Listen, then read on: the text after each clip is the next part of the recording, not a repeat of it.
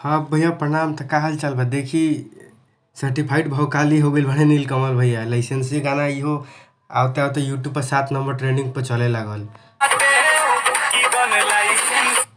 Instagram के रीलो एहू पर खूब बनता है, इंस्टाग्राम पर ट्रेंडिंग पर चलता है। एगो जन लड़की दीवानी गाना आई रहे, इनकर 3 मिलियन ऊपर रील हो गई बहुत जल्दी। एकरो एगो रिकॉर्ड बनैले रहन, तो ओकर बारे में हम यूट्यूब पर वीडियो बनैले रही कि 14 दिन में ही 2 मिलियन रील बन गई। आ एकर रिकॉर्ड बनैले रहन नीलकमल सिंह लड़की दीवानी गाना से। एकरा पहले केहू ऐसा ना कैले रहे।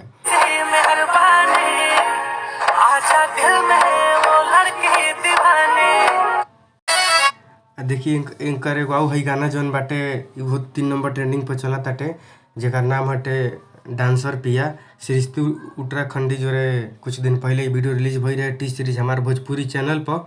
तरुआ सब के में से तीनों में से कौन गाना अच्छा लगल, पसंद आइल, कमेंट करके जरूर बताई। अब भैया आवेला स्टार तो नीलकमल सिंह बड़े, इनकरा के पछाड़े वाला केहू जल्दी ना मिली। बहुत गर्दा करत रहे।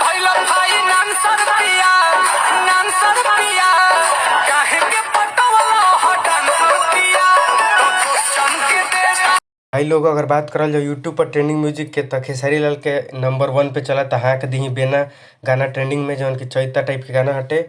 8 दिन पहले रिलीज भई रहे, 38 लाख पर व्यू आ गई बा। 2 नंबर पे चला था खेसारी लाल के गाना अब तू सतावल छोड़ दो। 11 दिन पहले रिलीज भई रहे, 4 मिलियन व्यूज होखे वाला बा। आई में देखत तनी दूर दूर तक बॉलीवुड के तो गाना म्यूजिक कहीं नजर नहीं आवत। देखत तनी है बहुत गर्दा चलता भैया।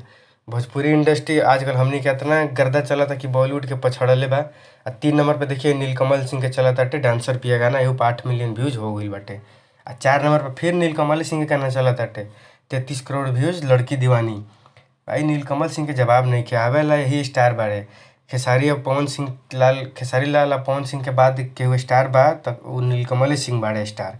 रउआ सबके का विचार बा, का लागत रउआ सबके कमेंट करके जरूर बताई। देखिए फिर एगो लाइसेंसी गाना इनकर आई रहे सारेगामा हम भोजपुरी पर 2 दिन पहले, एहू पर 25 लाख व्यू आ गई बा।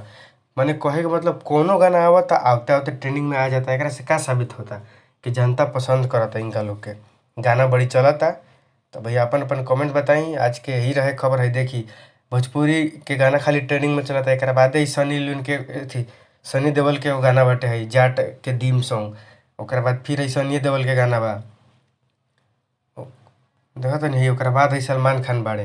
तो भैया कहे के नहीं के जवाबे नहीं के अपन भोजपुरी गाना के। बहुत तगड़ा आजकल चलता ट्रेंडिंग में। यूट्यूब के किंग हो गई बाड़े लोग भोजपुरी इंडस्ट्री के, हमारे खेसारी भैया, पवन भैया, नीलकमल सिंह। तो अपन अपन कमेंट भाई लोग जरूर बताइए विचार में क्या बा। तो हम मिलम कल फिर कोनो नया वीडियो में, तब तक खातिर प्रणाम नमस्कार। अपन ध्यान रखिए लोग।